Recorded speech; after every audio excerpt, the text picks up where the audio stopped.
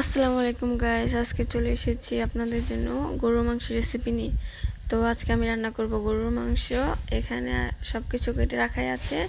তো প্রথমে পেঁয়াজ আর আগে থেকে কেটে রাখা মরিচ দিয়ে দেব, তারপরে আদা রসুন জিরা বাটা সব একসাথে আছে, ওটা দিয়ে দেব। ওটা দিয়ে দেওয়ার পরে দিয়ে দেব হলুদ গুঁড়ো পরিমাণ মতো, তারপর দিয়ে দেব ধনিয়া গুঁড়ো, সেটাও পরিমাণ মতন, তারপর দিয়ে দেব পরিমাণ মতন মরিচের গুঁড়ো। তারপর এগুলো দেওয়ার পরে এখানে উপরে থেকে কিছুটা পরিমাণ মতো তেল দিয়ে দেব। আপনারা যতটুকু তেল খাবেন ততটুকু দেবেন। তারপর দিয়ে দেব গরম মশলা সব ধরনের গরম মশলাই দিয়ে দেব। তারপর লবণ দিয়ে দেব। তো সব মশলা একসাথে দেওয়ার পর আমি এখন এটাকে মাখিয়ে নিয়েছি, দেখতেই পাচ্ছেন। তো এখন আমি এটাকে রাইস কুকারে ঢেলে দেব। ঢেলে দিয়ে হালকাভাবে নেড়ে চেড়ে নেব যতক্ষণ না এটা গরম হয়ে আসতেছে, তারপর ঢেকে দেব। তো কিছুক্ষণ পর চলে এসেছি, দেখতেই পাচ্ছেন এটা কিরকম গরম হয়ে উতরে আসছে। তো দেখতেই পাচ্ছেন মাংসটা এখন কিন্তু একদম কষা কষা হয়ে এসেছে। তবু এটা আরও একটু কষা কষা হওয়া বাকি।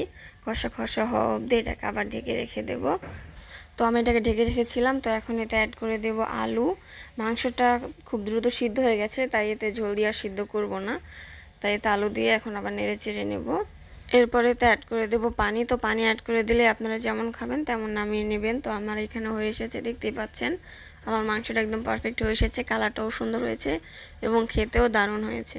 তো আমার মাংসটা আমি নামিয়ে নিয়েছি, আর এখন খাবার পালা। তো খাওয়ার জন্য এখানে পোলাও ভাত আছে, পোলাও ভাতের সাথে গরুর মাংস। তো খারাপ হয় না, সুন্দরই। আর পাশে আছে সালাদ।